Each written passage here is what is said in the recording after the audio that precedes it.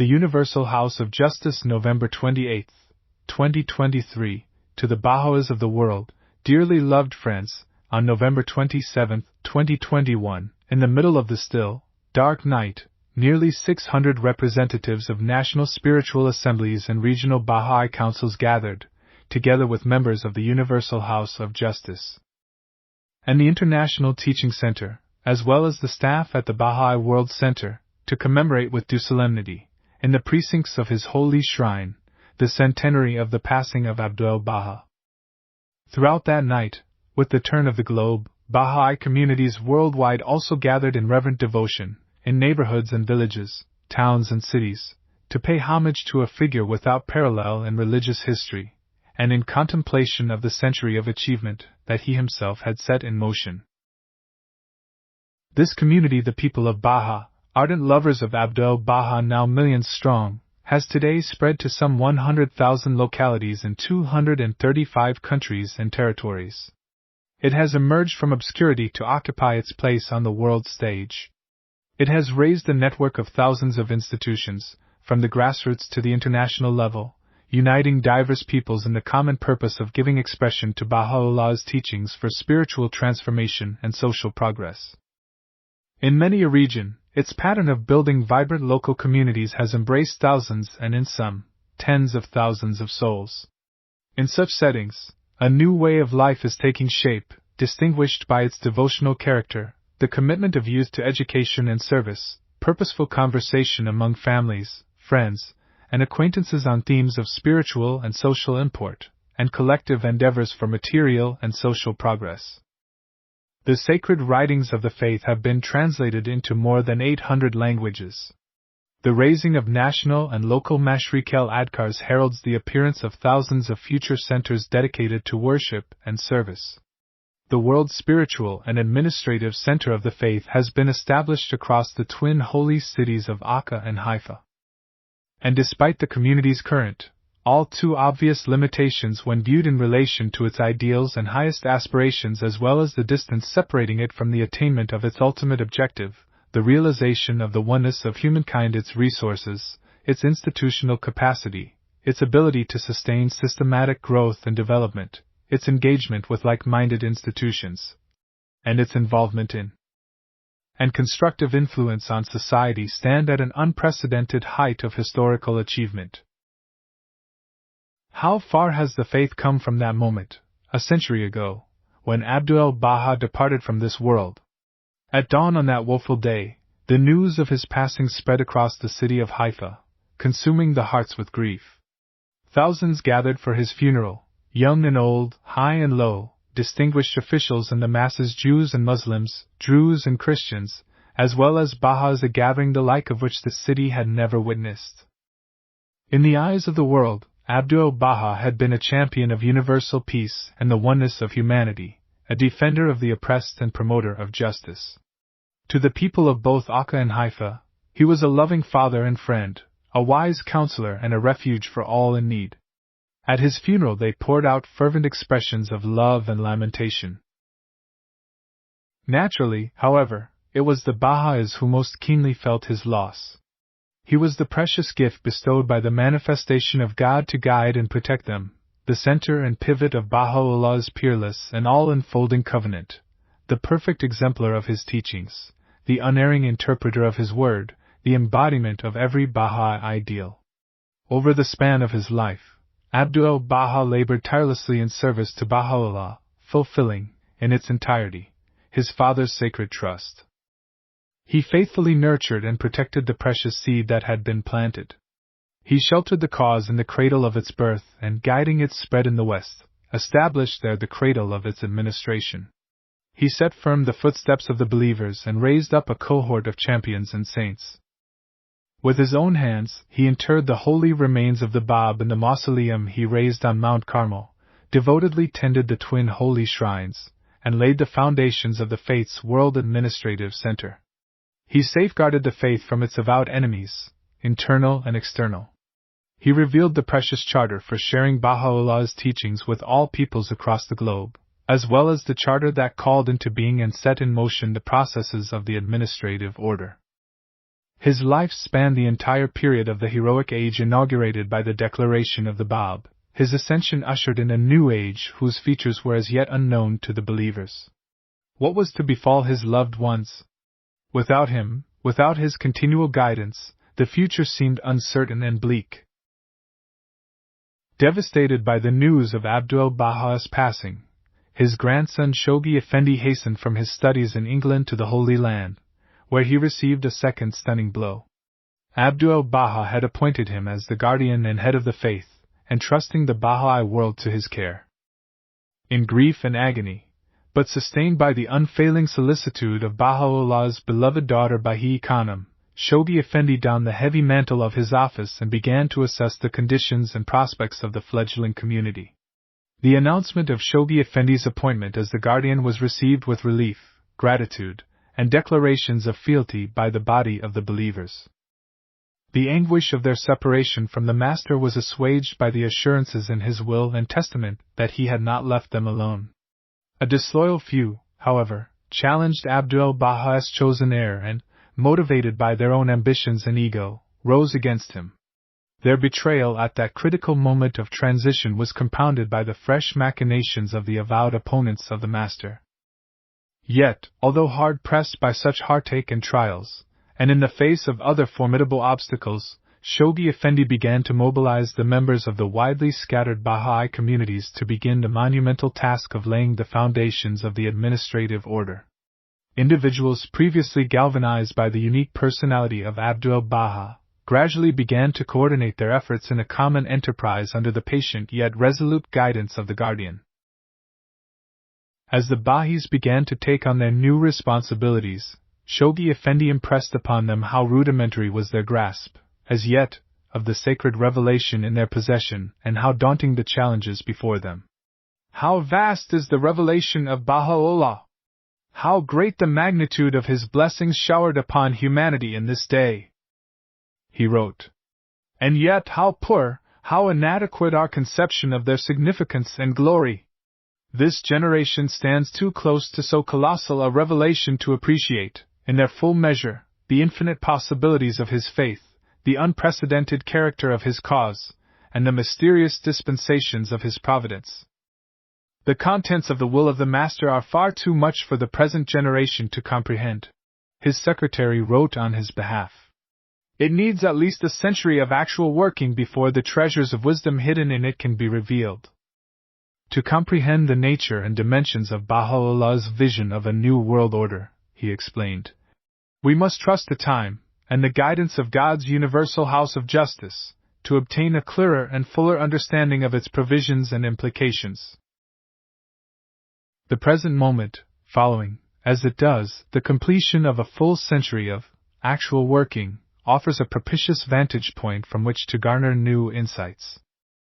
And so we have chosen the occasion of this anniversary to pause to reflect with you on the wisdom enshrined in the provisions of the Will and Testament, to trace the course of the faith's unfoldment, and observe the coherence of the stages of its organic development, to discern the possibilities inherent in the processes driving its progress, and to appreciate its promise for the decades ahead as its power to reshape society is increasingly made manifest in the world through the growing impact of Baha'u'llah's stupendous revelation.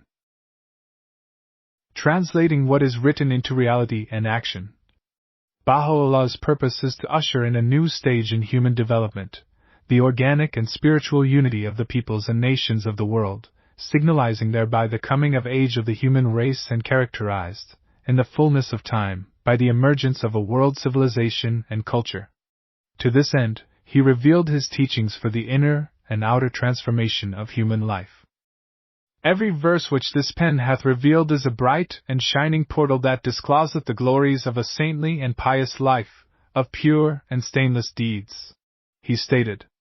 And in countless tablets he, the divine physician, diagnosed the ills afflicting humanity, and set forth his healing remedy for the elevation, the advancement, the education, the protection and the regeneration of the peoples of the earth. Baha'u'llah explained that the summons and the message which we gave were never intended to reach or to benefit one land or one people only. It is incumbent upon every man of insight and understanding, he wrote, to strive to translate that which hath been written into reality and action. Blessed and happy is he that ariseth to promote the best interests of the peoples and kindreds of the earth. The task of building a mature, peaceful, just, and united world is a vast undertaking in which every people and nation must be able to participate. The Bahá'í community welcomes all to join in this endeavor as protagonists in a spiritual enterprise that can overcome the forces of disintegration eroding the old social order and give tangible form to an integrative process that will lead to the unfoldment of a new order in its stead. The formative age is that critical period in the faith's development in which the Friends increasingly come to appreciate the mission with which Baha'u'llah has entrusted them, deepen their understanding of the meaning and implications of his revealed word, and systematically cultivate capacity their own and that of others in order to put into practice his teachings for the betterment of the world. From the beginning of his ministry, Shoghi Effendi guided the Baha'is in their efforts to gain a deeper understanding of their mission, which would define their identity and purpose. He explicated for them the meaning of the coming of Baha'u'llah, his vision for humanity, the history of the cause, the processes reshaping society, and the part the Baha'is must play in contributing to the advancement of humankind. He outlined the nature of the development of the Baha'i community so the Friends would appreciate that it would undergo many transformations, often unexpected, over decades and centuries. He also described the dialectic of crisis and victory, preparing them for the tortuous path they must traverse. He called upon the Baha'is to refine their characters and hone their minds to meet the challenges of building a new world. He urged them not to despair when encountering the problems of a nascent and rapidly evolving community, or the privations and the deteriorating milieu of a tumultuous age, reminding them that the full expression of the promises of Baha'u'llah lay in the future. He explained that the Baha'is were to be as a leaven, a permeating and vivifying influence that could inspire others to arise and overcome entrenched patterns of divisiveness, conflict, and contest for power, so that the highest aspirations of humanity could ultimately be achieved. While consolidating these broad areas of understanding, the Guardian also guided the believers, step by step, to learn how to effectively establish the structural basis of the administrative order and systematically share Baha'u'llah's teachings with others. He patiently directed their efforts by gradually clarifying the nature, principles, and procedures which characterize that order, while raising their capacity for teaching the faith, individually and collectively. On each vital matter, he would provide direction and the believers would consult and strive to apply his guidance, sharing their experiences with him and raising questions when they faced perplexing problems and difficulties. Then, taking into consideration the accumulating experience, the Guardian would offer additional guidance and elaborate the concepts and principles that would enable the Friends to adjust their action as needed, until their efforts proved effective and could be applied more broadly. In their response to his guidance, the Friends demonstrated an unwavering faith in the truth of the revealed word, an unfaltering trust in his vision and infallible wisdom, and an unshakable resolve to transform the various aspects of their lives according to the pattern set out in the teachings. In this way, a capacity for learning how to apply the teachings was gradually cultivated within the community. The efficacy of this approach was demonstrated most vividly at the climax of his ministry, when the Bahá'í world combined its forces for the unprecedented achievements of the 10-year spiritual crusade. The efforts of Shoghi Effendi to set the believers on a path of learning were further extended, after his passing, under the direction of the Universal House of Justice. By the final years of the first century of the formative age, the essential aspects of a process of learning that was in a fledgling state at the beginning of that century were consciously grasped and systematically implemented by Baha'is worldwide across the full range of their endeavors. Today the Bahá'í community is distinguished by a mode of operation characterized by study, consultation, action, and reflection. It is steadily increasing its capacity to apply the teachings in a variety of social spaces and to collaborate with those in the wider society who share a yearning to revitalize the material and spiritual foundations of the social order. In the transformative alembic of these spaces, to the extent possible, individuals and communities become protagonists of their own development. An embrace of the oneness of humanity banishes prejudice and otherness. the spiritual dimension of human life is fostered through adherence to principle and strengthening of the community's devotional character. And the capacity for learning is developed and directed towards personal and social transformation. The effort to understand the implications of what Baha'u'llah has revealed and to apply his healing remedy has now become more explicit, more deliberate, and an indelible part of Baha'i culture. The conscious grasp of the process of learning and its extension worldwide, from the grassroots to the international arena, are among the finest fruits of the first century of the formative age. This process will increasingly inform the work of every institution, community, and individual in the years ahead, as the Bahá'í world takes on ever greater challenges and releases in ever greater measures the faith's society-building power.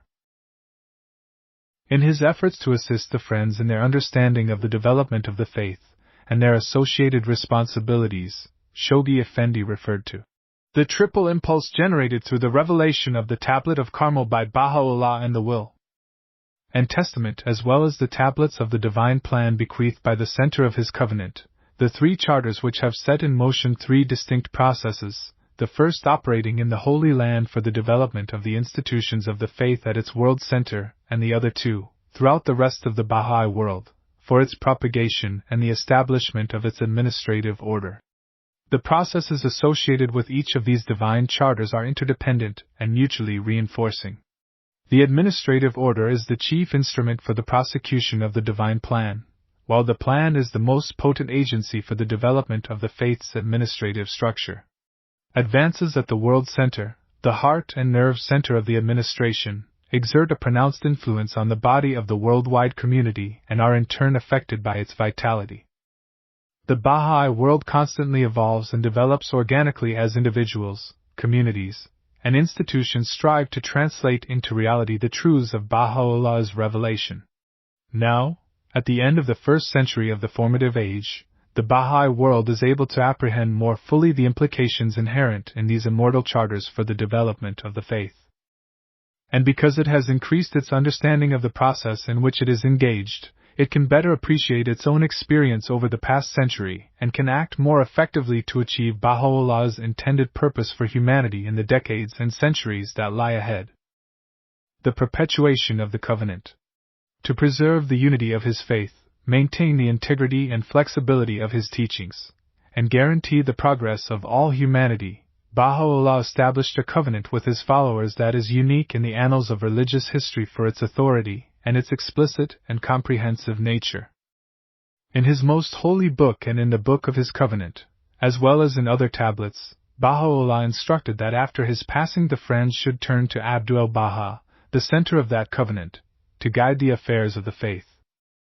In his will and testament, Abdu'l-Baha perpetuated the covenant by laying down the provisions for the administrative order ordained in Baha'u'llah's writings, thereby ensuring the continuation of authority and leadership through the twin institutions of the guardianship and the universal house of justice, as well as a sound relationship between individuals and institutions within the faith.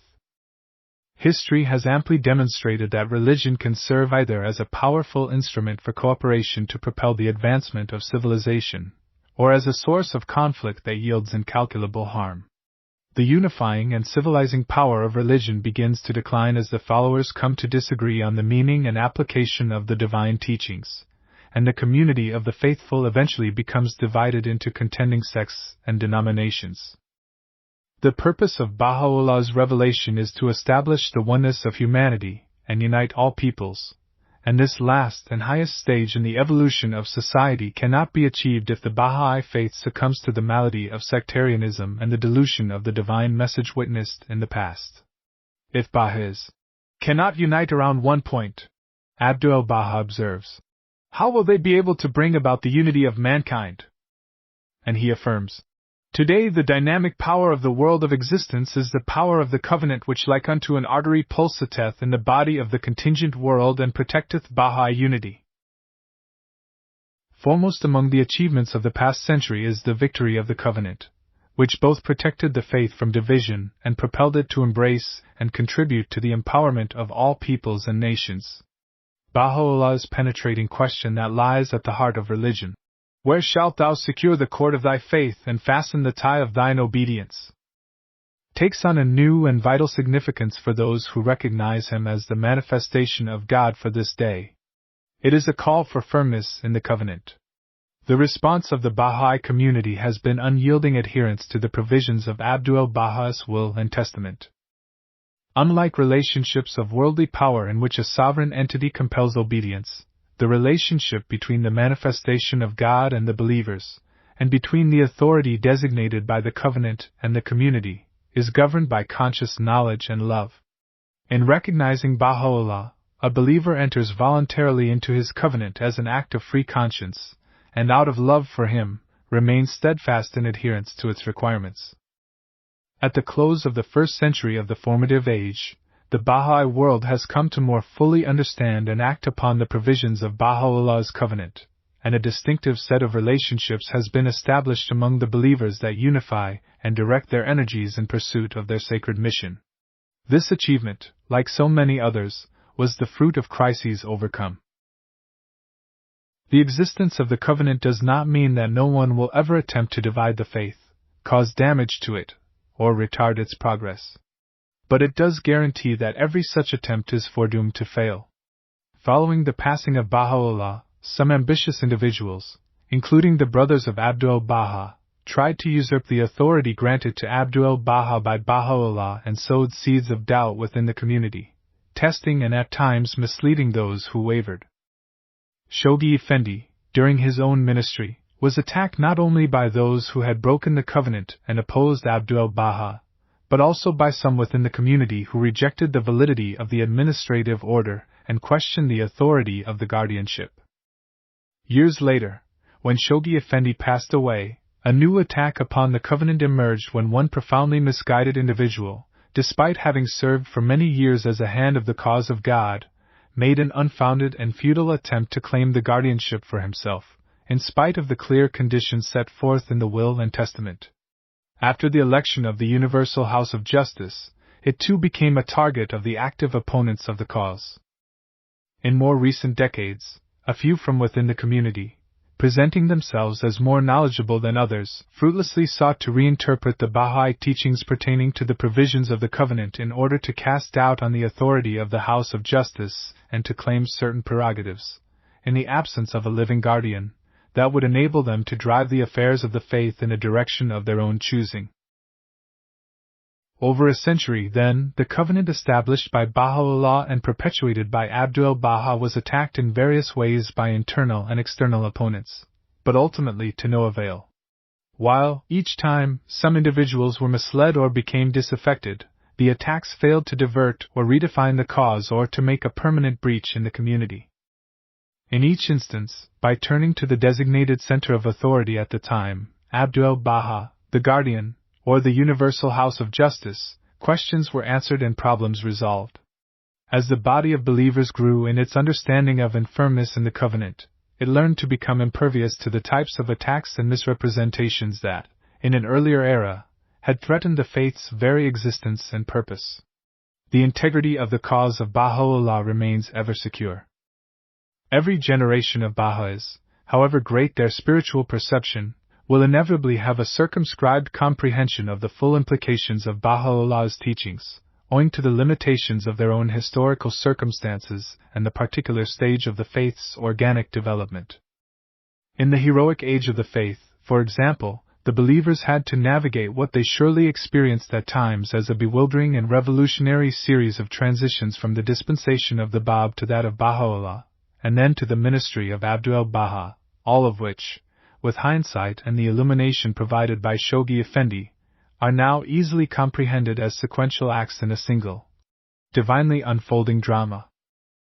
So too, today, after the tireless labors of the community over a full century, the first of the formative age, it is possible to grasp more completely the significance, purpose, and inviolability of the covenant, that priceless bequest of Baha'u'llah to his followers. The hard-won understanding of the nature of the covenant, and the firmness that such insight engenders and sustains will continue to be essential for unity and progress over the course of the dispensation. It is now evident and firmly established that Baha'u'llah's covenant provides for two authoritative centers. The first is the book, The Revelation of Baha'u'llah, along with the body of works of Abdu'l-Baha and Shoghi Effendi that constitute authoritative interpretation and explication of the creative word. With the passing of Shoghi Effendi, more than a century of the extension of that authoritative center came to a close. Yet the existence of the book ensures that the revelation is available to every believer, indeed to all humanity, unadulterated by human misinterpretations or accretions. The second authoritative center is the Universal House of Justice, which, as the sacred writings affirm, is under the care and unerring guidance of Baha'u'llah and the Bab. Let it not be imagined that the House of Justice will take any decision according to its own concepts and opinions. Abdu'l-Baha explains. God forbid! The Supreme House of Justice will take decisions and establish laws through the inspiration and confirmation of the Holy Spirit, because it is in the safekeeping and under the shelter and protection of the ancient beauty. God will verily inspire them with whatsoever He willeth. Baha'u'llah proclaims. They, and not the body of those who either directly or indirectly elect them, Shoghi Effendi states, have thus been made the recipients of the divine guidance which is at once the life-blood and ultimate safeguard of this revelation. The powers and duties with which the House of Justice has been invested encompass all that is necessary to ensure the fulfillment of Baha'u'llah's purpose for humanity.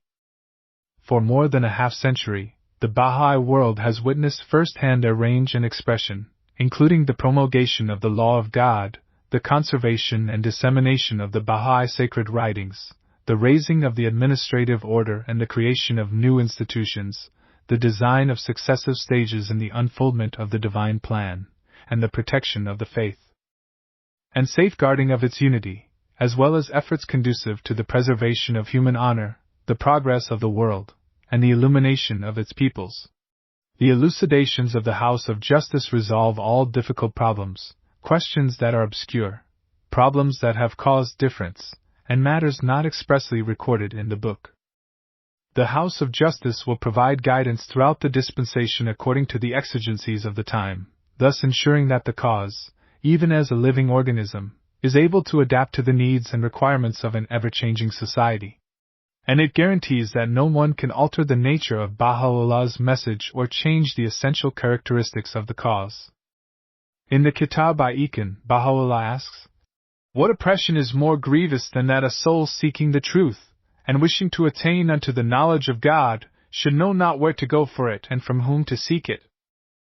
A world largely oblivious to the light of Baha'u'llah's revelation finds itself increasingly divided and disoriented on matters of truth, morality, identity, and purpose, and bewildered by the accelerating and corrosive effect of the forces of disintegration.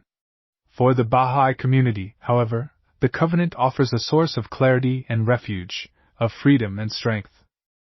Every believer is free to explore the ocean of Baha'u'llah's revelation, to come to personal conclusions, to humbly share insights with others, and to strive to apply the teachings day by day. Collective endeavor is harmonized and focused through consultation and the guidance of the institutions, transforming bonds between individuals, within families, and among communities, and fostering social progress. Out of love for Baha'u'llah and reassured by his explicit instructions, individuals, communities, and institutions find in the two authoritative centers of the covenant the necessary guidance for the unfoldment of the faith, and the preservation of the integrity of the teachings. In this way, the covenant protects and preserves the process of dialogue and learning about the meaning of the revelation and the implementation of its prescriptions for humankind over the course of the dispensation, avoiding the detrimental effects of endless contention about meaning and practice. As a result, the balanced relationships among individuals, communities, and institutions are safeguarded and develop along their proper path, while all are enabled to attain to their full potential and exercise their agency and prerogatives. Thus, the Bahá'í community can unitedly advance and increasingly fulfill its vital purpose by investigating reality and generating knowledge, extending the reach of its endeavors, and contributing to the advancement of civilization. After more than a century, the truth of Abdu'l-Baha's affirmation is ever more evident. The axis of the oneness of the world of humanity is the power of the covenant, and nothing else. The unfoldment of the administrative order. Beyond its perpetuation of the covenant, Abdu'l-Baha's will and testament laid the foundation for another of the most significant achievements of the first century of the formative age, the emergence and development of the administrative order, the child of the covenant.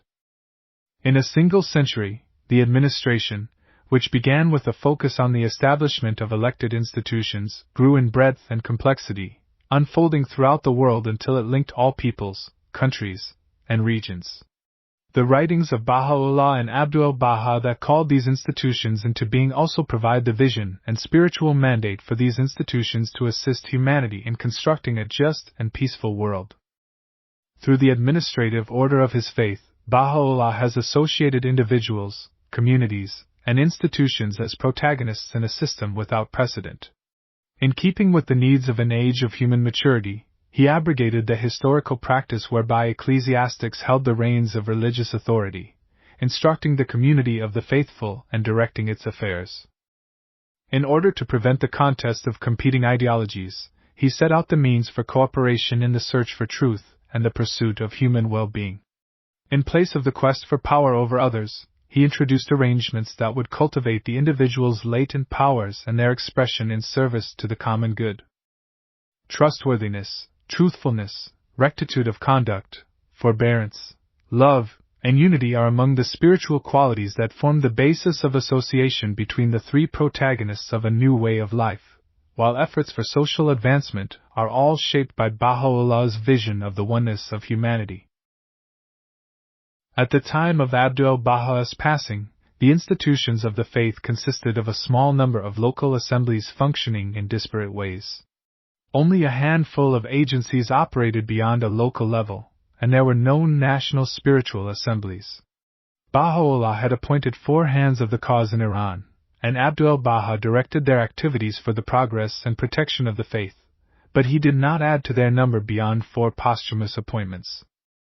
Thus, up to that point, the cause of Baha'u'llah, abundant in spirit and potential, had yet to form the administrative machinery that would enable it to systematize its efforts.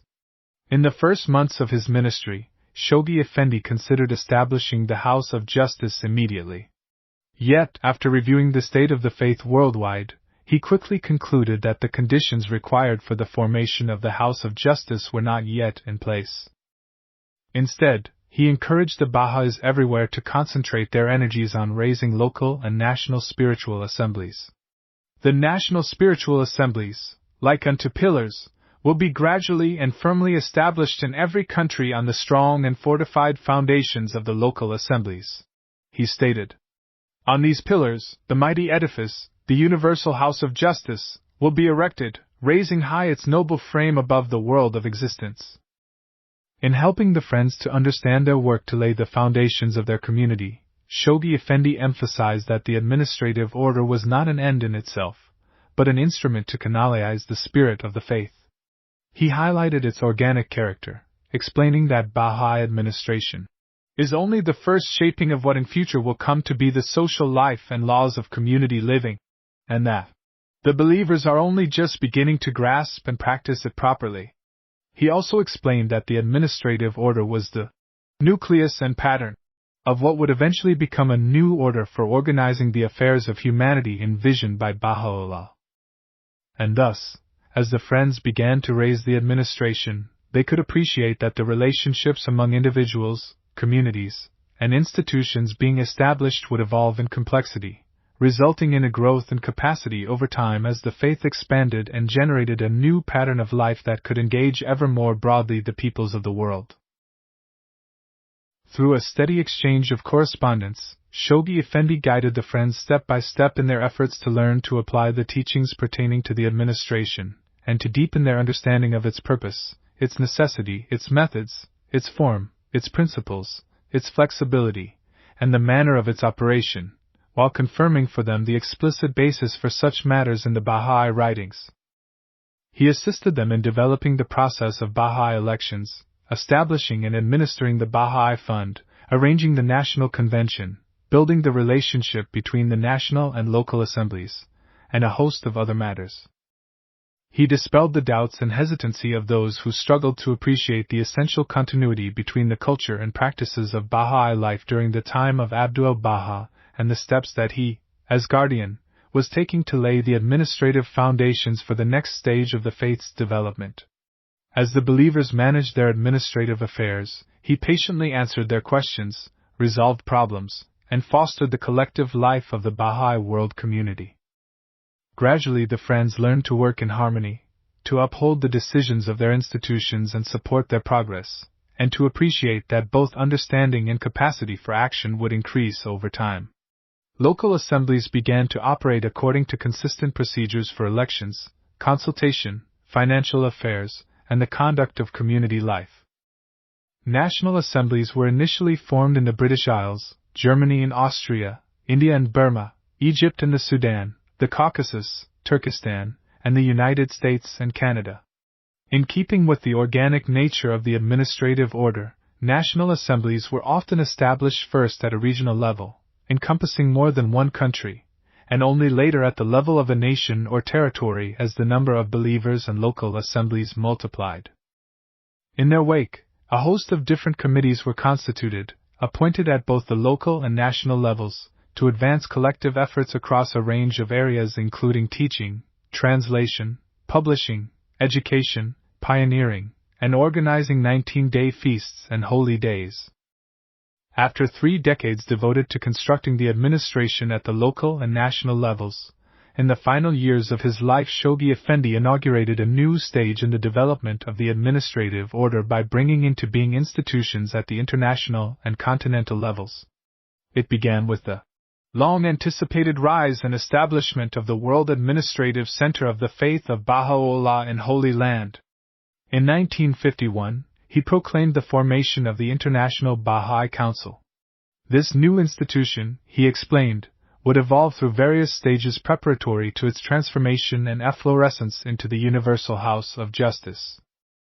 This dramatic development was soon followed, at the end of the same year, by Shoghi Effendi's appointment of 12 Hands of the Cause of God, equally represented on 3 continents, and in the Holy Land the first contingent of Hands of the Cause to be raised up in conformity with the provisions of Abdu'l-Bahā's will and testament. These distinguished individuals were appointed to advance the work of the propagation and protection of the faith. The existence of an institution that plays such a vital role in furthering the interests of the cause, but which has no legislative, executive, or judicial authority and is entirely devoid of priestly functions or the right to make authoritative interpretations, is a feature of Bahá'í administration unparalleled in the religions of the past. After many years of nurturing the system of elected assemblies and their associated agencies, Shoghi Effendi began to shape this appointed institution, and to guide the friends to understand, welcome, and support its unique functions. The appointment, in 1952, of a second contingent of Hands raised their number to 19. The auxiliary boards, whose members served as deputies to the Hands in each continent, were established in 1954. Even up to the final days of his life, the Guardian continued to expand this institution, appointing a final contingent of Hands to raise their number to 27, and establishing an auxiliary board for protection to complement the board for propagation. In reflecting upon their efforts to build up the nascent form of the administration, Shoghi Effendi had explained to the believers that much of what was instituted under his guidance was temporary, and that it was the function of the Universal House of Justice to lay more definitely the broad lines that must guide the future activities and administration of the faith. On another occasion he wrote that, when this supreme body will have been properly established, it will have to consider afresh the whole situation, and lay down the principle which shall direct, so long as it deems advisable, the affairs of the cause. Following the unexpected passing of Shoghi Effendi in November 1957, responsibility for the affairs of the cause fell for a brief time to the Hands of the Cause of God. Only a month earlier they had been designated by the Guardian as the chief stewards of Baha'u'llah's embryonic world commonwealth, who have been invested by the unerring pen of the center of his covenant with the dual function of guarding over the security, and of ensuring the propagation, of his father's faith. The Hands faithfully and uncompromisingly adhered to the course laid out by the Guardian.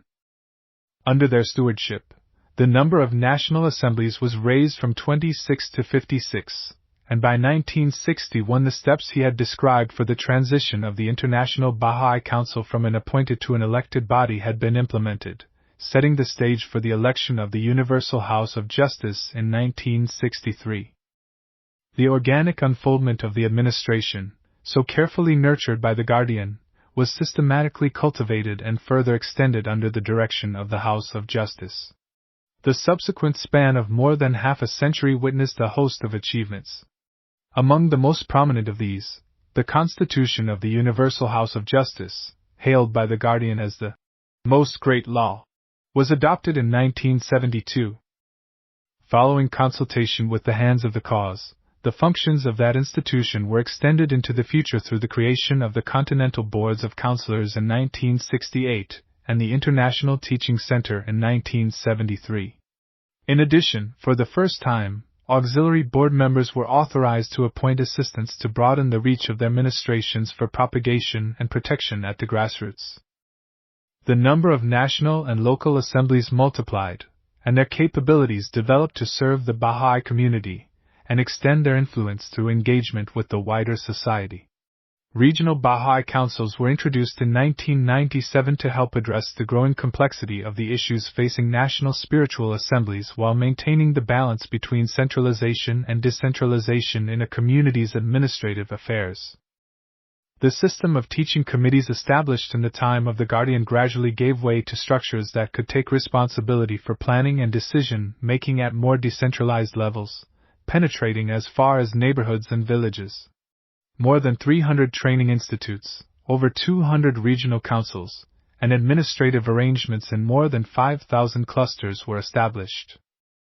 At Riv 1992, the law of Oaxaca was applied universally across the Baha'i world, and its institutional structure subsequently consolidated through the establishment of a network of boards of trustees and representatives at the regional and national levels, as well as, in 2005, through the appointment of an international board of trustees. Following the passing of Shoghi Effendi, the construction of Mashriq el-Adkars in Uganda, Australia, Germany, and Panama was completed, and others were eventually raised in Samoa, India, and Chile in 2012. The process of establishing houses of worship was extended to the national and local levels. Over the century, then, through a series of developmental stages, the relationships among individuals, communities, and institutions have progressively evolved into ever more complex forms, and the foundations of the administration have been extended, its methods continually adapted, and arrangements for collaboration clarified and continually refined. What began at the start of the first century of the formative age as a network of elected bodies had become, by the end of that century, a vast constellation of institutions and agencies stretching from the grassroots to the international level, uniting the Bahá'í world in thought and action within a common enterprise across a diversity of cultural contexts and social settings. Today, although the administration has not yet reached its full maturity, the system inaugurated by Baha'u'llah evinces a new pattern of interactions and a marked dynamism in the relationships among the three protagonists, as they engage in the common purpose of working for the organic development of the faith and the betterment of the world. In the company of like-minded co-workers and in the various settings of study, of reflection, and of numerous other social interactions, individuals express their views and seek out the truth through a process of consultation, without insisting upon the correctness of their own ideas. Together, they read the reality of their surroundings, explore the depths of available guidance, draw relevant insights from the teachings and from accumulating experience, create cooperative and spiritually uplifting environments, build capacity, and initiate action that grows in effectiveness and complexity over time. They attempt to differentiate those areas of activity in which the individual can best exercise initiative from those which fall to the institutions alone, and with heart and soul they welcome the guidance and direction of their institutions. Across advanced clusters and within villages and neighborhoods that are centers of intense activity, a community emerges with a sense of common identity, will, and purpose, providing an environment for nurturing the capacity of individuals and uniting them in a range of complementary and mutually reinforcing activities that welcome all and seek to uplift everyone.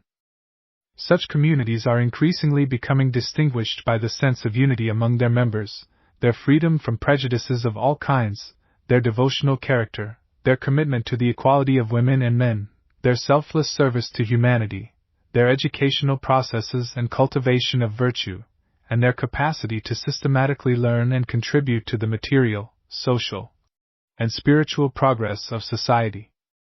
Those community members called upon to serve on institutions endeavor to be conscious of their duty to set aside their own likes and dislikes, to never consider themselves to be the central ornaments of the cause or superior to others, and to eschew any attempt to exercise control over the thoughts and actions of the believers.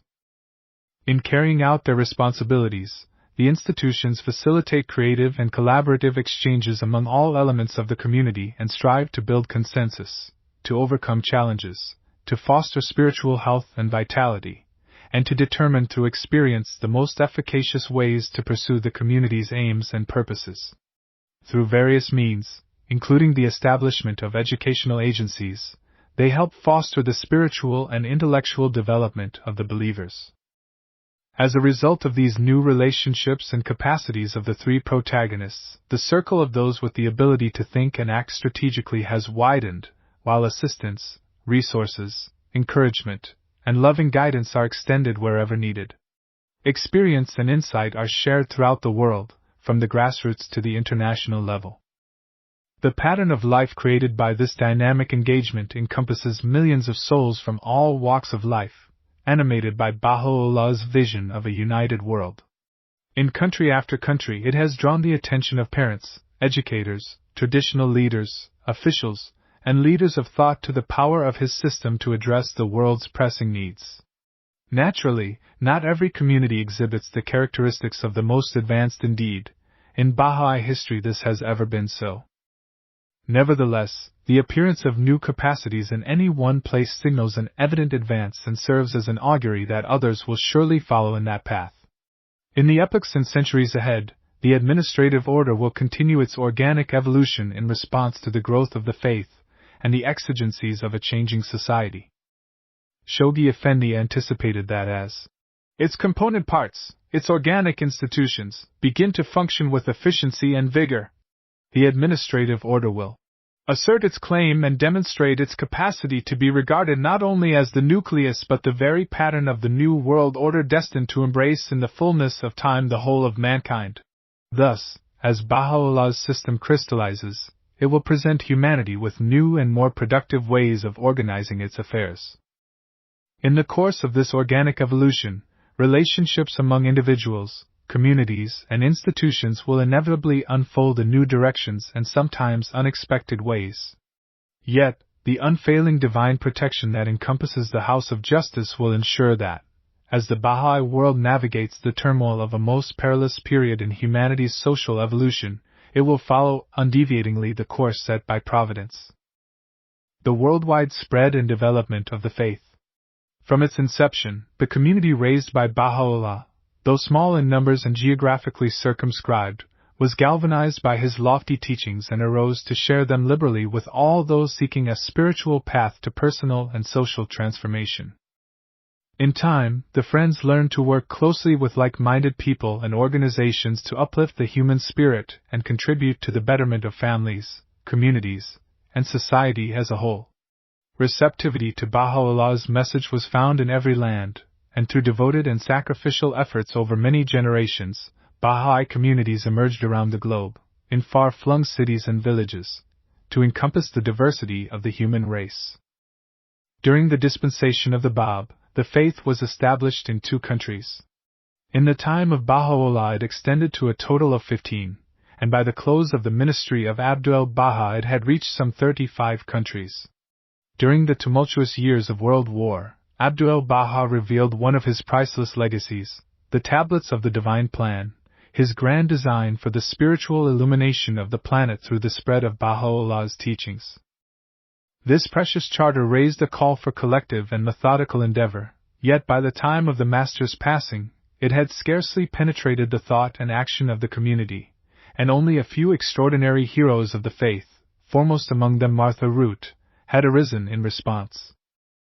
For 20 years after the Divine Plan was revealed by the pen of Abdu'l-Baha, its execution was held in abeyance until such time as the Friends, guided by Shoghi Effendi, were able to create the administrative machinery of the faith and foster its proper functioning. Only when the initial administrative structure was firmly in place could the Guardian begin to articulate a vision of the unfoldment of the faith based on Abdu'l-Bahā's divine plan. Just as the administration evolved through distinct stages of increasing complexity, so too did the effort to share and apply Baha'u'llah's teachings evolve organically, giving rise to new patterns of community life that could embrace ever larger numbers, enable the Friends to take on greater challenges, and contribute to an increased measure of personal and social transformation. To begin this systematic endeavor, Shoghi Effendi called upon the communities in the United States and Canada, the chosen recipients of the tablets of the Divine Plan, whom he had designated, respectively, as its chief executors and their allies, to devise a systematic, carefully conceived, and well-established plan, which was to be vigorously pursued and continuously extended. This call resulted in the launching of the first 7-year plan in 1937, which carried the teachings of Baha'u'llah to Latin America, followed by the second 7-year plan, beginning in 1946, which emphasized the development of the faith in Europe. Shoghi Effendi similarly encouraged the teaching work in other national communities, which subsequently adopted national plans under his watchful eye.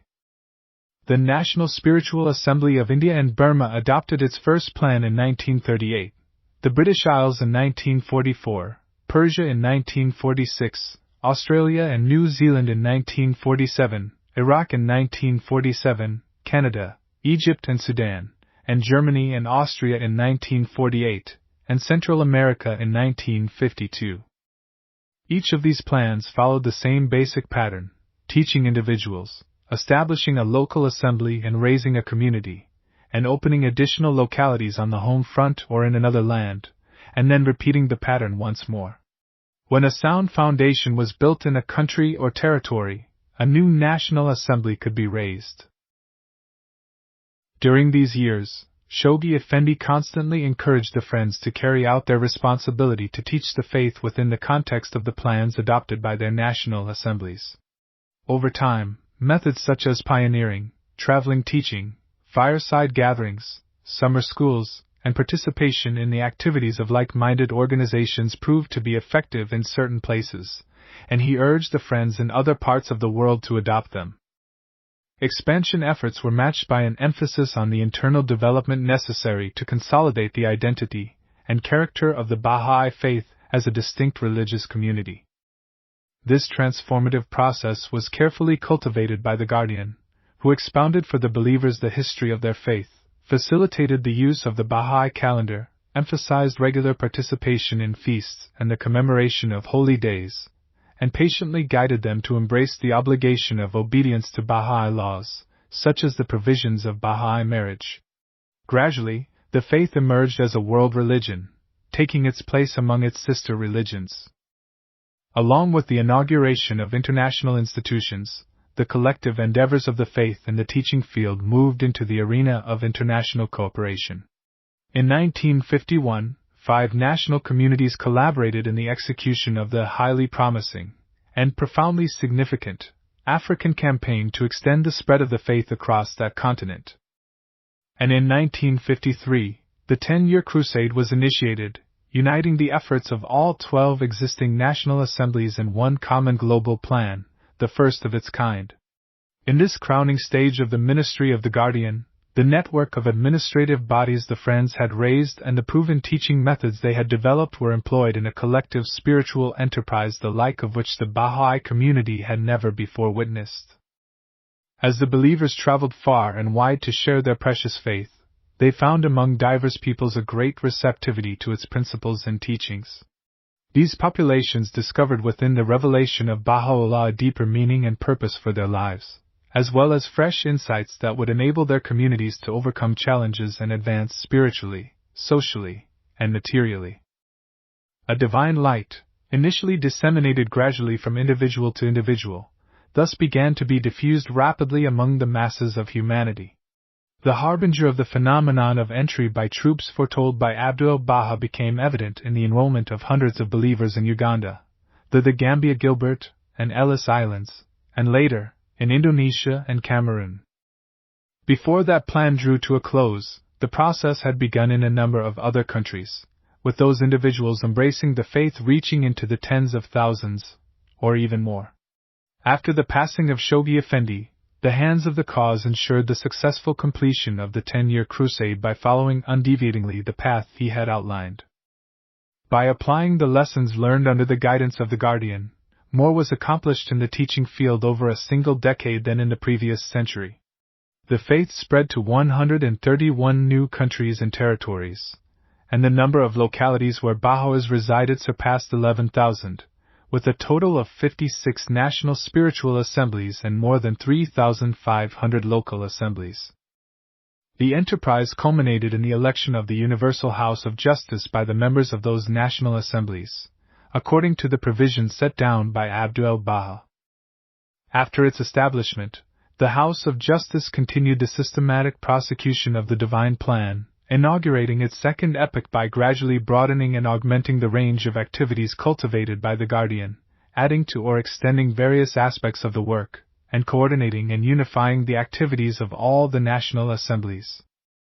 Among the areas of emphasis that emerged or received increased attention were the universal participation of individuals in service to the cause and the deepening of individuals' understanding of the laws and teachings. In addition, the process of strengthening the institutions emphasized collaboration between the newly constituted boards of councillors and the national assemblies, as well as between the auxiliary board members and local spiritual assemblies. Community life was enhanced through a focus on children's classes, the introduction of activities for youth and women, and the regular holding of assembly meetings. Other initiatives included the extensive proclamation of the faith and its promotion through the media, the development of centers of learning, including summer schools and teaching institutes, greater involvement in the life of society, and the fostering of Bahá'í scholarship. As a result of all these efforts, by the 1990s the faith had spread to tens of thousands of localities and the number of national assemblies more than tripled to some 180. During this time, the development of national communities followed two broad patterns which were largely contingent upon the response of the wider population. In the first, local communities tended to be small in size, and only some grew to number 100 believers or more. These communities were often characterized by a strong process of consolidation that allowed for a broad range of activities and the emergence of a strong sense of Bahá'í identity.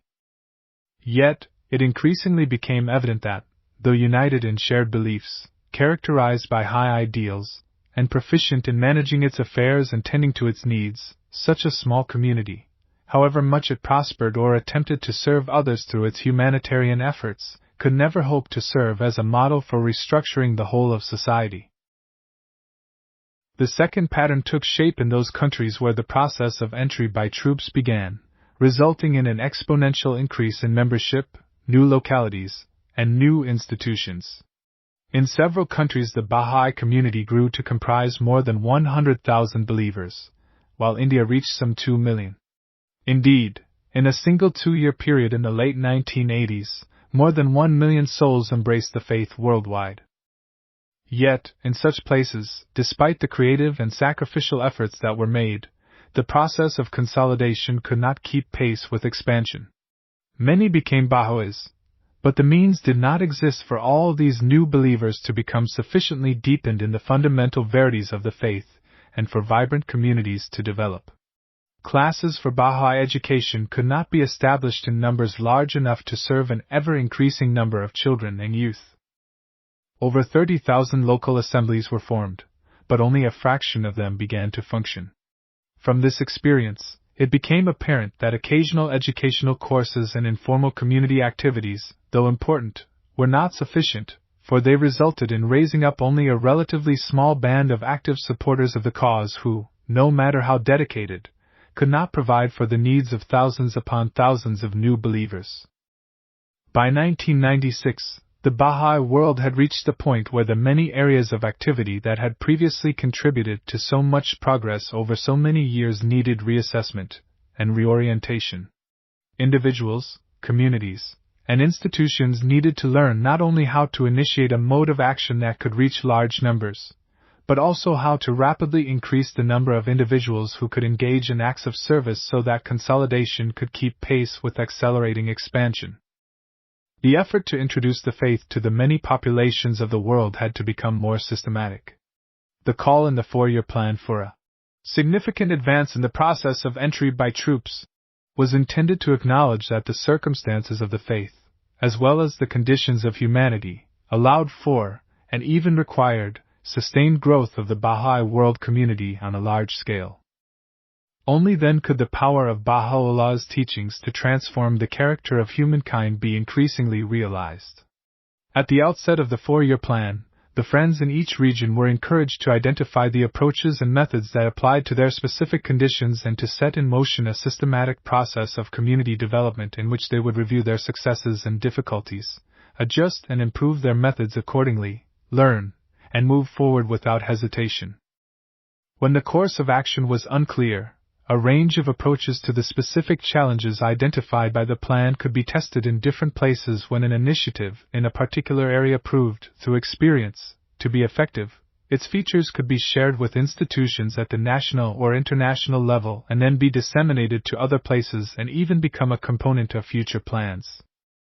Over a quarter-century, this process of learning about growth gave rise to a range of concepts, instruments, and approaches which continually enhanced the community's evolving framework for action. Among the most prominent of these features was the creation of a network of training institutes offering educational programs for children, junior youth, and adults for empowering the friends in large numbers and enabling them to enhance their capabilities for service. Another was the construct of clusters, which facilitated the systematization of the teaching work in manageable geographic areas through the initiation and gradual strengthening of programs of growth, and accelerated the spread and development of the faith within each country and across the world. Within such programs of growth, a new pattern of community life emerged, beginning with the multiplication of 4 core activities that served as portals for the entry of large numbers, combined with a range of other efforts, including individual and collective teaching, visiting homes, hosting social gatherings, observing feasts and holy days, administering community affairs, and promoting activities for social and economic development, all of which together would effect a change in the spiritual character of the community and strengthen social ties among individuals and families. In looking back over a century of efforts to execute the provisions of the divine plan, it becomes apparent that the Bahá'í world has experienced a significant advance at the level of culture. Ever greater numbers have become engaged in a process of consciously learning to apply the teachings pertaining to growth and development within a framework for action that evolves through the experience of the friends and the guidance of the House of Justice.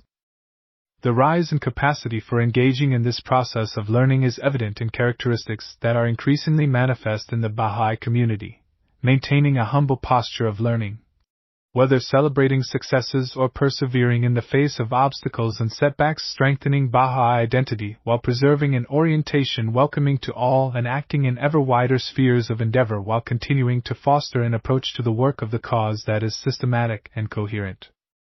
In thousands of clusters, growing numbers of people have come to view themselves as protagonists in the acquisition, generation, and application of knowledge for their own development and progress. They are engaging in discussions as families, friends, and acquaintances on elevated spiritual themes and matters of social import, initiating activities that shape a pattern of life distinguished by its devotional character, providing education for young people and increasing their capacity for service and contributing to the material and social progress of their communities. They are empowered to contribute to the betterment of their local community and to the world as a whole. As they think and act in this way, they have gained a deeper appreciation of the purpose of religion itself. Involvement in the life of society. Yet another dimension of the unfoldment of Abdu'l-Baha's divine plan is a greater involvement of the Bahá'í community in the life of society. From the inception of his ministry, Shoghi Effendi drew the attention of the friends again and again to the power of Baha'u'llah's revelation to effect an organic change in society, a process which would ultimately result in the emergence of a spiritual civilization.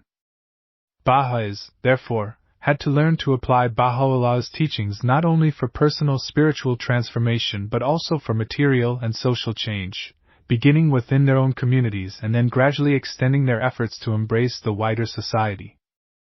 During the time of Abdu'l-Baha, some Bahá'í communities in Iran, along with a few others in nearby countries, had reached a size and attained conditions that enabled them to pursue systematic endeavors for social and economic development. Abdu'l-Baha worked tirelessly with the Friends to guide and foster their progress. For example, he encouraged the believers in Iran to establish schools open to girls as well as boys, from all sectors of society, that would offer training in good character as well as in the arts and sciences. He dispatched believers from the West to assist with this development work. To the Bahá'í villages of nearby Atassi and far-off Daytona he offered guidance for both the spiritual and material flourishing of these communities. He directed that dependencies be created for education and other social services around the Mashriq el-Adkar in Ishkabad. At his encouragement, schools were founded in Egypt and the Caucasus. After his passing, Shoghi Effendi provided guidance to expand these efforts. Activities promoting health, literacy, and the education of women and girls spread throughout the Iranian community. Spurred by the initial impulse that Abdu'l-Baha had provided, schools continued to be opened in cities and villages across that country. These schools flourished for a time, contributing to the modernization of that nation, until 1934 when they were compelled to close by the government. Elsewhere, however, Shoghi Effendi advised the Friends to concentrate their limited human and financial resources on teaching and on raising the administrative order. A letter written on his behalf explained that, "Our contributions to the faith are the surest way of lifting once and for all time the burden of hunger and misery from mankind, for it is only through the system of Baha'u'llah divine in origin that the world can be gotten on its feet. Others cannot contribute to our work or do it for us." The letter continued, "So really our first obligation is to support our own teaching work, as this will lead to the healing of the nations." While individuals found personal avenues in which they could contribute to material and social development, generally the Baha'is focused their resources on growth and on building their community. In the early years following the election of the House of Justice, guidance continued for a time in this same vein. Thus, although the concept of social and economic development is enshrined in Baha'u'llah's teachings, owing to the circumstances of the faith throughout the Guardian's ministry and the years that followed, it was impracticable for most of the Bahá'í world to undertake development activities. In 1983, after decades of unrelenting effort in the teaching field and as a consequence of significant growth in many countries across the world, the community of the greatest name had attained the stage at which the work of social and economic development could be, indeed, had to be, incorporated into its regular pursuits. The Friends were urged to strive, through their application of spiritual principles, rectitude of conduct, and practice of the art of consultation, to uplift themselves and thus take responsibility as agents of their own development. The Office of Social and Economic Development was established at the World Centre to assist the House of Justice to promote and coordinate the activities of the Friends in this arena throughout the world, and over time it evolved to facilitate a global process of learning about development. Individual believers arose to initiate various activities embracing not only Baha'is but also the wider community. Within a decade, hundreds of development activities had been initiated around the world, addressing a range of concerns such as the advancement of women, education, health, mass communication, agriculture, economic activity, and the environment. Activity ranged along a spectrum of complexity. Fairly simple activities of short duration in villages and towns were organized in response to specific problems and challenges faced in those localities. Sustained projects, such as schools and clinics, were established to meet social needs over an extended period of time, often along with organizational structures to ensure their viability and effectiveness. And finally, by 1996, a few Baha'i-inspired organizations with relatively complex programmatic structures were founded by individuals to learn to systematically pursue a coherent approach to development, within a population, that would result in a significant impact in a region. In all these efforts, the Friends sought to apply spiritual principles to practical problems. As Bahá'í-inspired agencies as well as agencies directly under the authority of Bahá'í institutions began to appear in one country after another, the impact of their efforts within the community and the wider society became increasingly evident, manifesting a dynamic coherence between the material and spiritual dimensions of life. Advances occur not only in action, but also at the level of thought. The Friends came to understand a set of fundamental concepts. The world is not divided into categories of developed and underdeveloped. All are in need of transformation and an environment that provides the spiritual, social, and material conditions necessary to their security and flourishing. Development is not a process carried out by one people on behalf of another, rather, people themselves, wherever they reside, are the protagonists of their own development. Access to knowledge and participation in its generation, application, and diffusion is at the heart of the endeavor. Efforts start small and grow in complexity as experience accumulates. Programs whose effectiveness has been demonstrated in one region can be systematically introduced into others. As these principles and concepts are applied within a particular setting, the Friends become increasingly adept at analyzing their social conditions, drawing insights from the writings and from various relevant fields of knowledge, and initiating activities that are fully integrated with the work of community building. By 2018, the extensive spread and increasing complexity of Baha'i development efforts around the world had prompted the establishment of a new institution in the Holy Land, the Baha'i International Development Organization. This global institution assumed, and further extends, the functions and mandate previously carried out by the Office of Social and Economic Development, reinforcing the efforts for social action of individuals, communities, institutions, and agencies everywhere. Like the office that preceded it, its primary purpose is to facilitate the global process of learning about development that is unfolding in the Baha'i world, by fostering and supporting action and reflection, the gathering and systematization of experience, conceptualization, and training, all carried out in the light of the teachings of the faith. Ultimately, it seeks to foster a distinctly Baha'i approach to development. Parallel with the systematic unfoldment of the processes of expansion and consolidation and of social and economic development, another major area of action emerged: greater participation in the prevalent discourses of society.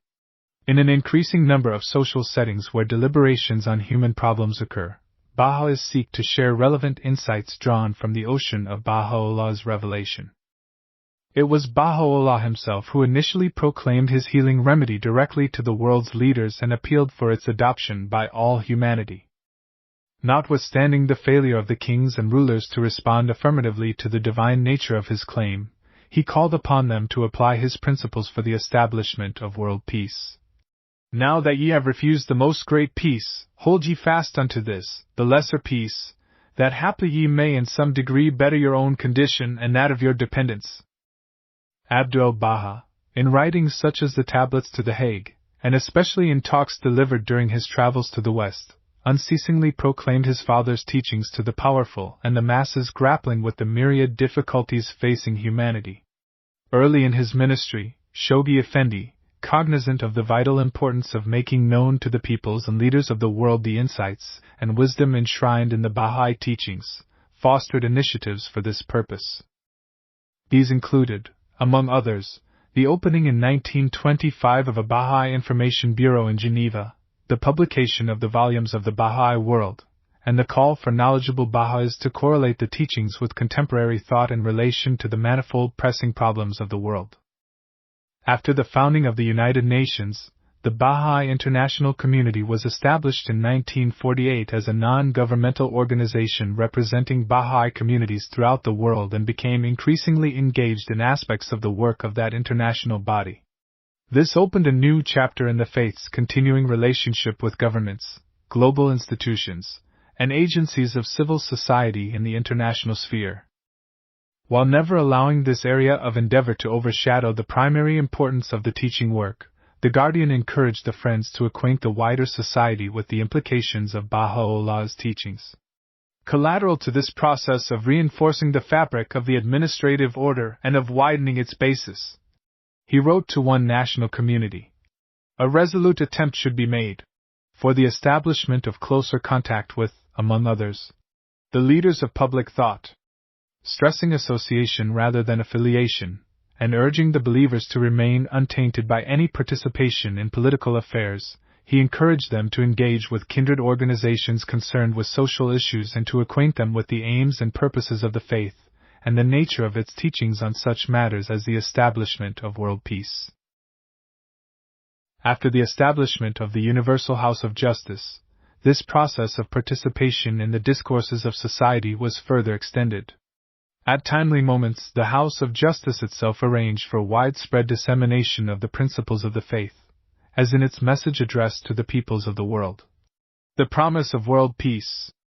The Bahá'í international community strengthened its position at the United Nations, ultimately securing a more formal association with various UN agencies in the 1970s. It published statements on world affairs and created a unique space for engagement with governments, as well as non-governmental organizations. Recognized by those with whom it associated as harboring no self-interested agenda but working for the well-being of all peoples, it played a constructive role in various international symposia, including the Conference on Environment and Sustainable Development in Rio de Janeiro, the World Conference on Women in Beijing, the World Summit for Social Development in Copenhagen, and the Millennium Forum in New York. Following the Iranian Revolution and the renewal of persecution of the Bahá'ís in Iran, several national communities were impelled to enter into closer dialogue with various national and international institutions and agencies. They consequently established national offices of external affairs to reinforce efforts at the international level to defend the faith. As the 21st century began, the organic progress of the cause had created conditions for a more systematic engagement in the discourses of society.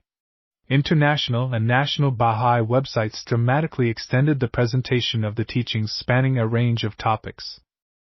The Institute for Studies in Global Prosperity was established to conduct research into the implications of Baha'u'llah's teachings for pressing social issues. In time, it also initiated a series of seminars to promote understanding and develop capacity among Baha'i University students. The work of the Baha'i international community, initially centered in New York and Geneva, was extended to regional centers in Addis Ababa, Brussels, and Jakarta. At the national level, offices of external affairs increasingly learn how to participate in specific national discourses in a systematic manner on behalf of their respective communities. Among the topics addressed intensively across various nations were the advancement of women, the role of religion in society, the spiritual and moral empowerment of youth, the promotion of justice, and the strengthening of social cohesion. Today, a global process of learning from the experience of contributing to these national discourses is facilitated by the Office of Public Discourse at the Bahá'í World Centre. And at the grassroots in neighborhoods and villages, and in their professions and other social spaces in which they participate as individuals, the Friends are learning to offer concepts from the Bahá'í writings as a contribution to the evolution of thought and action among their compatriots that is necessary to bring about constructive change. Involvement at all these levels of society becomes more pressing as the process of the disintegration of the old world order intensifies and discourse becomes increasingly coarsened and polarized, leading to the recrudescence of conflict among the competing factions and ideologies that divide humanity. In keeping with their understanding that the transformation envisioned by Baha'u'llah calls for the participation of everyone, Bahá'ís seek to work with the many sympathetic individuals and organizations who pursue common objectives. In such collaborative efforts, the Friends share insights from the teachings of Baha'u'llah as well as practical lessons gained in their own community-building efforts, while at the same time learning from the experience of their collaborating partners. In working with individuals, communities, and organizations both civic and governmental, the Friends maintain awareness that the discourse on many social issues may become contentious or entangled with political ambitions. In all settings where Baha'is become more deeply engaged with the wider society, they seek to foster consensus and unity of thought, and to promote collaboration and a common search for solutions to humanity's pressing problems. To them, the means by which the end is attained is as important as the end itself. As the process of becoming ever more involved in the life of the wider society took root in Baha'i communities worldwide, it initially unfolded side by side with the teaching work and the development of the administration. In recent decades, however, the efforts for social action and involvement in the discourses of society have achieved marked coherence with those related to expansion and consolidation, as the Friends have increasingly applied the elements of the conceptual framework for action of the global plans. As the Friends labor in their clusters, they are inexorably drawn into the life of the society around them, and the learning process that propels efforts for growth and community building is extended to an expanding range of activities. Community life is increasingly characterized by its contribution to material, social, and spiritual progress as the Friends cultivate their capability to understand the conditions of society around them, create spaces in which to explore concepts from Baha'u'llah's revelation and from relevant fields of human knowledge, bring insights to bear upon practical problems, and build capacity among the believers and within the wider community. As a result of this burgeoning coherence across the various areas of endeavor, the most basic grassroots activities for social and economic development grew from a few hundred in 1990 to several thousand by 2000, and to tens of thousands by 2021. Baha'i engagement in social discourse has been met with a resoundingly affirmative response in countless settings, from neighborhoods to nations, as a humanity baffled and divided by the manifold problems resulting from the operation of the forces of disintegration eagerly seeks new insights. At all levels of society, leaders of thought increasingly associate the Baha'i community with fresh conceptions and approaches sorely needed by an ever more disunited and dysfunctional world. The society-building power of the faith, mostly latent at the start of the first century of the formative age, is now increasingly discernible in country after country. The release of this society-building power resulting from a new consciousness and a new capacity for learning among individuals, communities, and institutions worldwide is destined to be the hallmark of the current and next several stages in the unfoldment of the divine plan. The development of the Bahá'í World Centre. Parallel with the growth of the faith and the unfoldment of the administration, equally significant developments occurred at the Bahá'í World Centre during the first century of the formative age, set in motion by the impulse of another charter, Baha'u'llah's Tablet of Carmel. Mention has already been made of the interplay among the processes associated with the three charters, including the emergence of institutions and agencies of the administrative center of the Baha'i world. To this account can now be added some reflections on the development of its spiritual center. When Baha'u'llah's footsteps touched the shore of Akka, the climactic chapter of his ministry began. The Lord of Hosts was manifested in the Holy Land. His arrival had been presaged through the tongues of the prophets thousands of years before. The fulfillment of that prophecy, however, was not the result of his own volition but was compelled by his persecution at the hands of his avowed enemies, culminating in his exile. Upon our arrival, he stated in one tablet, we were welcomed with banners of light, whereupon the voice of the Spirit cried out saying, soon will all that dwell on earth be enlisted under these banners. The spiritual potency of that land was immeasurably enhanced by his presence, and the interment of his sacred remains and, soon after, those of his herald, himself a manifestation of God. It is now the point to which every Baha'i heart is drawn, the focal center of their devotions, the goal of every aspiring pilgrim. The Baha'i holy places welcome the peoples of the Holy Land, and indeed the peoples of every land. They are a precious trust held for all humanity. Yet tenuous was the hold of the Baha'is on the spiritual center of their faith at the close of the heroic age and for many years thereafter. How difficult it was, at times, for Abdu'l-Baha even to offer prayers at his father's resting place. How dire was his situation, being falsely charged with sedition for raising the structure in which, at the command of Baha'u'llah, the earthly remains of the Bab were laid to rest after the long journey from the place of his martyrdom. The perilous and insecure condition of the World Centre persisted into the ministry of the Guardian, as evinced when the keys of the shrine of Baha'u'llah were seized by the covenant breakers shortly after he assumed his responsibilities.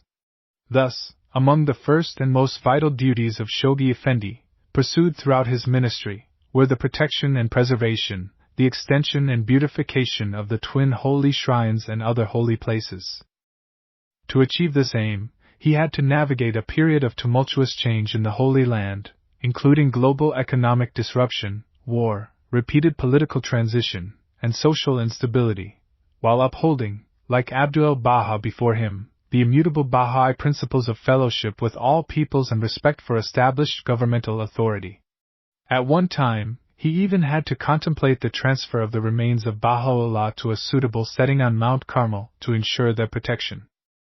And he steadfastly remained in Haifa during times of tumult and strife, even as he directed the small band of local believers to disperse to other parts of the world.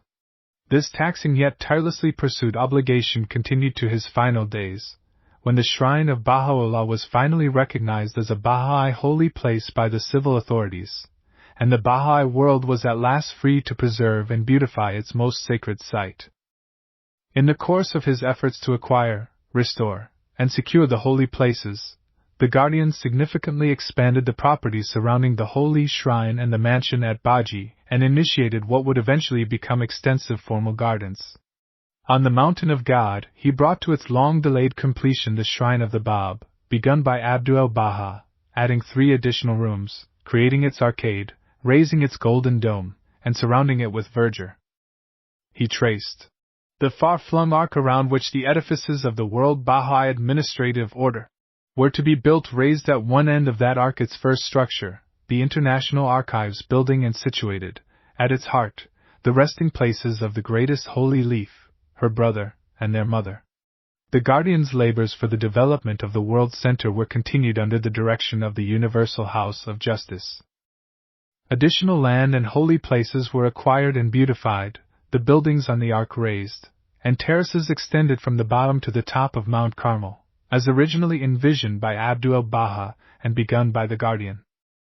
Before the end of the 1st century of the formative age, the property in the vicinity of the Shrine of the Bab was increased to over 170,000 square meters, while a series of land exchanges and acquisitions extended the property immediately surrounding the Shrine of Baha'u'llah from some 4,000 to over 450,000 square meters. And in 2019 construction began in Akka, near the Rim Garden, on a fitting shrine to serve as the final resting place of Abdu'l-Baha. Over the course of the century, the pace of the development of the Bahá'í Administrative Centre also accelerated. For many years, early in his ministry, the Guardian longed for the assistance of capable helpers, but the Bahá'í world was then too small to provide the necessary support. As the community grew, however, the House of Justice was increasingly able to benefit from a continuous stream of volunteers to establish the departments and agencies vital to a rapidly developing faith, serving the needs at the World Centre as well as of the communities multiplying worldwide.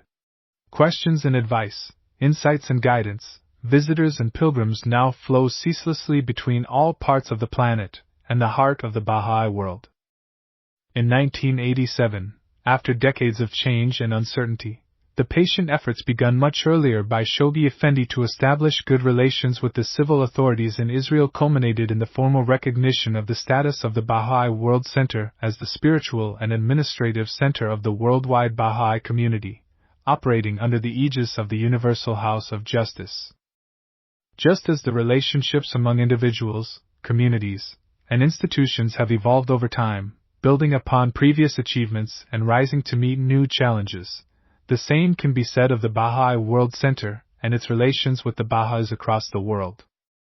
The intimate and inseparable association of the spiritual and administrative center with the development of the Bahá'í world was captured in the May 24, 2001 message we addressed to the believers gathered for the events marking the completion of the projects on Mount Carmel.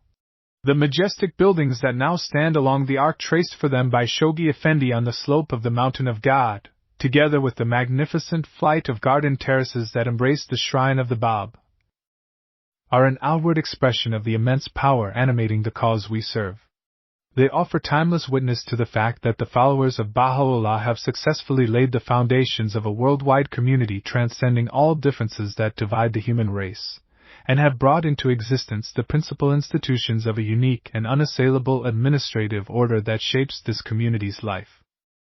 In the transformation that has taken place on Mount Carmel, the Bahá'í cause emerges as a visible and compelling reality on the global stage, as the focal center of forces that will, in God's good time, bring about the reconstruction of society, and as a mystic source of spiritual renewal for all who turn to it. Prospect. A few weeks before he passed away, Abdu'l-Baha was at his home with one of the friends. "Come with me," he said, "that we may admire together the beauty of the garden." Then he observed, "Behold, what the spirit of devotion is able to achieve! This flourishing place was, a few years ago, but a heap of stones, and now it is verdant with foliage and flowers. My desire is that after I am gone the loved ones may all arise to serve the divine cause and please God, so it shall be. Ere long, he promised, will appear those who shall bring life to the world." Dearly loved friends, at the close of the first century of the formative age, the Baha'i world finds itself endowed with capacity and resources only dimly imagined at the time of Abdu'l-Baha's passing. Generation after generation has labored, and today a multitude has been raised up that stretches across the globe, consecrated souls who are collectively building the faith's administrative order, widening the reach of its community life, deepening its engagement with society, and developing its spiritual and administrative center. This brief review of the past 100 years has illustrated how the Baha'i community, in striving to systematically execute the three divine charters, has become a new creation, as anticipated by Abdu'l-Baha. Just as the human being passes through various stages of physical and intellectual growth and development until it reaches maturity, so too the Baha'i community develops organically, in size and structure, as well as in understanding and vision, embracing responsibilities and strengthening relationships among individuals, communities, and institutions. Over the course of the century, in local settings as well as on a global scale, the series of advances experienced by the Baha'i community has enabled it to pursue purposeful action across an ever wider range of endeavors. When the heroic age drew to a close, the community faced fundamental questions about how to organize its administrative affairs in order to respond to the requirements of the divine plan. The Guardian guided the friends in learning how to address those initial questions, a process that culminated in the nascent international arrangements that were in place at the time of his passing. The capacity that was built during that period allowed the Baha'i world to take on a host of new questions about how it was to carry on the work of the faith at a greater level of breadth and complexity under the direction of the Universal House of Justice. Then, yet again, after making marked progress over several decades, even more questions about still greater opportunities concerning the future direction of the cause emerged before the beginning of the four-year plan, which set out a new challenge for a further period of development centered on achieving a significant advance in the process of entry by troops in all parts of the world. It is this growing capacity to resolve complex questions and then to take on still more complex questions that characterizes the process of learning that is propelling the progress of the faith. Thus, it is evident that with every step forward in its organic unfoldment, the Baha'i world develops new powers and new capacities that enable it to take on greater challenges as it strives to achieve Baha'u'llah's purpose for humanity. And so it shall continue to be, despite the changes and chances of the world, through crisis and victory, with many an unexpected turn, through countless stages of the formative and golden ages to the end of the dispensation. By the final years of the first century of the formative age, a common framework for action had emerged that has become central to the work of the community, and which informs thought, and gives shape to ever more complex and effective activities. This framework continually evolves through the accumulation of experience and the guidance of the House of Justice. The pivotal elements of this framework are the spiritual truths and cardinal principles of the revelation. Other elements that also contribute to thought and action involve values, attitudes, concepts, and methods. Still others include the understanding of the physical and social world through insights from various branches of knowledge. Within this continually evolving framework, Baha'is are learning how to systematically translate Baha'u'llah's teachings into action to realize his high aims for the betterment of the world. The significance of this increased capacity for learning, and its implications for the advancement of humanity at the current stage of its social development, cannot be overestimated. How much the Baha'i world has achieved. How much remains to be done. The 9-year plan outlines the tasks that lie immediately ahead. Among the areas of focus are the multiplication and intensification of programs of growth in clusters worldwide and increased coherence in the work of community building, social action, and participation in prevalent discourses through the concerted efforts of the plan's three protagonists. The Training Institute will be further strengthened and will continue to evolve as an educational organization that develops capabilities for service. The seeds it sows within the hearts of succeeding cohorts of young people will be nurtured by other educational opportunities to empower each soul to contribute to social progress and well-being. The movement of youth will be complemented worldwide by the unprecedented advancement of women as full partners in community affairs. The capacity of Baha'i institutions will be fostered at all levels, with particular attention to the establishment and development of local assemblies and to enhancing their engagement with the wider society and its leaders. The intellectual life of the community will be cultivated to provide the rigor and clarity of thought required to vindicate to a skeptical humanity the applicability of the healing remedy of Baha'u'llah's teachings. And all these efforts will continue through a series of plans comprising a challenge, spanning no less than a generation, that will carry the Baha'i world across the threshold of its third century. The determined efforts to gain a fuller understanding of, and to live in accordance with, Baha'u'llah's teachings take place within the larger context of the twofold process of disintegration and integration described by Shoghi Effendi. Attaining the objective of the current series of plans, the release of ever-increasing measures of the society-building power of the faith, calls for an ability to read the reality of society as it responds to, and is shaped by, these twin processes. A plethora of destructive forces and events, including environmental degradation, climate change, pandemics, the decline of religion and morals, the loss of meaning and identity, the erosion of the concepts of truth and reason, unbridled technology, the exacerbation of prejudices and ideological contention, pervasive corruption, political and economic upheaval, war and genocide, have left their traces in blood and anguish on the pages of history and the lives of billions. At the same time, hopeful constructive trends can also be discerned, which are contributing to that universal fermentation, which Shoghi Effendi said is purging and reshaping humanity in anticipation of the day when the wholeness of the human race will have been recognized and its unity established. The diffusion of the spirit of world solidarity, a greater consciousness of global interdependence, the embrace of collaborative action among individuals and institutions, and a heightened longing for justice and peace are profoundly transforming human relationships. And thus, the movement of the world towards Baha'u'llah's vision advances in countless halting steps, in occasional dramatic leaps, and with intermittent stretches where progress stalls or is even reversed, as humanity forges the relationships that constitute the foundations of a united and peaceful world. The destructive forces that buffet the world do not leave the Baha'i community untouched. Indeed, the history of every national Baha'i community bears their mark. As a result, in various places and at various times, the progress of a particular community was retarded by insidious social tendencies or temporarily restricted or even extinguished by opposition. Periodic economic crises reduced the faith's already limited financial resources, hindering projects for growth and development. The effects of World War paralyzed for a time the ability of most communities to implement systematic plans. The upheavals that have reshaped the political map of the world have created obstacles to the full participation of some populations in the work of the cause. Religious and cultural prejudices once thought to be receding have re-emerged with fresh vehemence. Baha'is have striven to address such challenges with perseverance and resolve.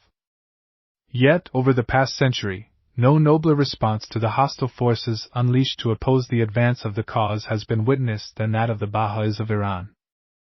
From the earliest years of the Guardian's ministry, the persecution which the Baha'is of Iran had endured throughout the heroic age continued as waves of violent repression swept over that community, escalating in intensity in the attacks and systematic campaign of oppression which followed in the wake of the Iranian Revolution and which continues unremittingly to the present day. Despite all they have endured, the Baha'is of Iran have responded with unbowed courage and constructive resilience. They have won imperishable distinction through such achievements as the establishment of the Baha'i Institute for Higher Education to ensure the education of succeeding generations, their efforts to transform the views of the fair-minded among their compatriots whether inside or outside the country, and above all, their endurance of countless injustices, indignities, and privations in order to protect their fellow believers, maintain the integrity of Baha'u'llah's faith in his beloved homeland, and safeguard its presence in that land as a benefit to its citizens. In such expressions of unswerving fortitude, of consecrated devotion and mutual support lie essential lessons for how the Bahá'í world must respond to the acceleration of the destructive forces that can be expected in the years ahead.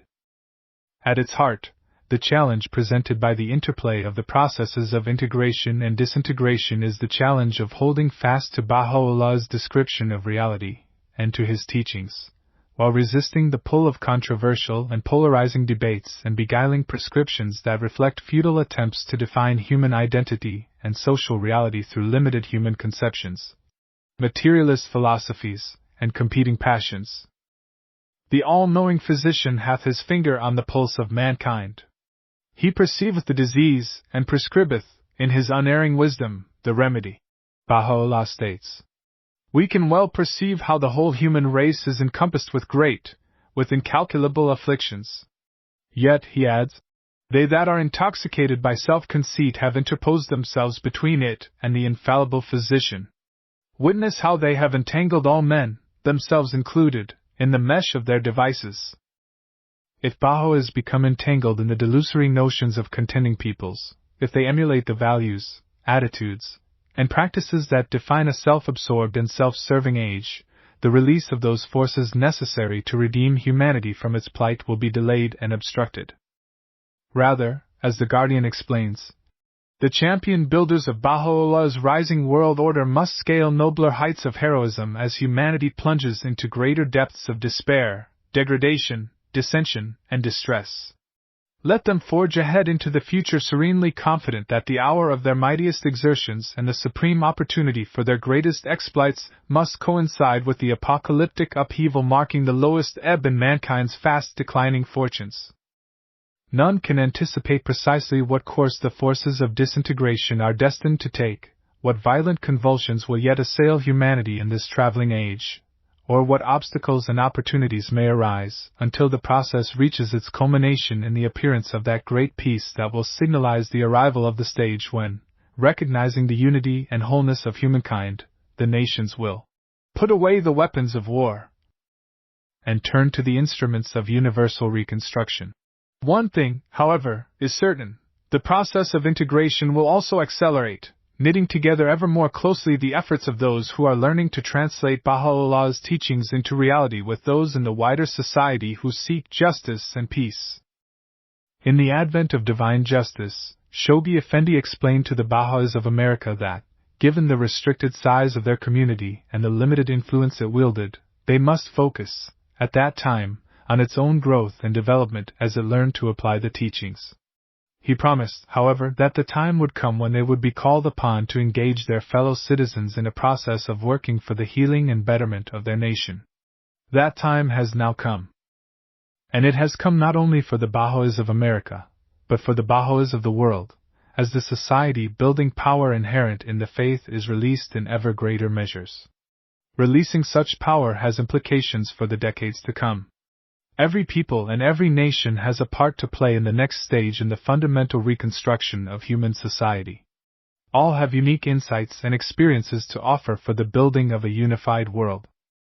And it is the responsibility of the Friends, as the bearers of Baha'u'llah's restorative message, to assist populations to release their latent potentialities to achieve their highest aspirations.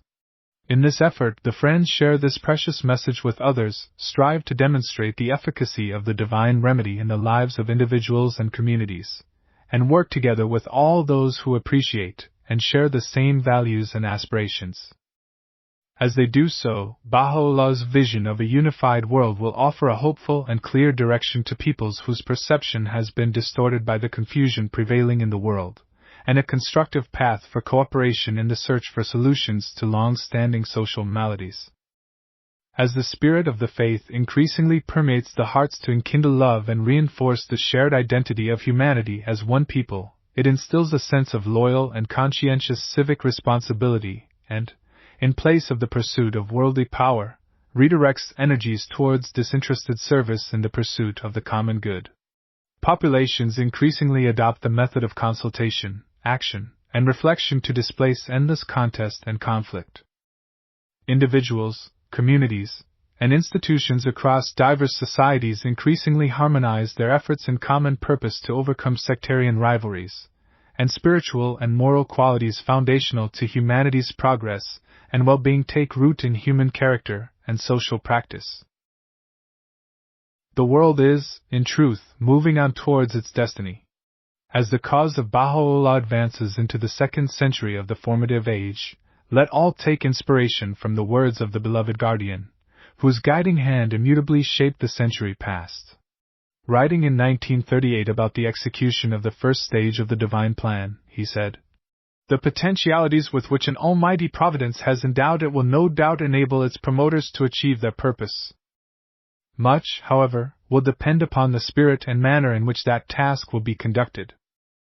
Through the clearness and steadiness of their vision, through the unvitiated vitality of their belief, through the incorruptibility of their character, through the adamantine force of their resolve, the matchless superiority of their aims and purpose, and the unsurpassed range of their accomplishments, they who labor for the glory of the most great name can best demonstrate to the visionless, faithless, and restless society to which they belong their power to proffer a haven of refuge to its members in the hour of their realized doom. Then and only then will this tender sapling, embedded in the fertile soil of a divinely appointed administrative order, and energized by the dynamic processes of its institutions, yield its richest and destined fruit. The Universal House of Justice."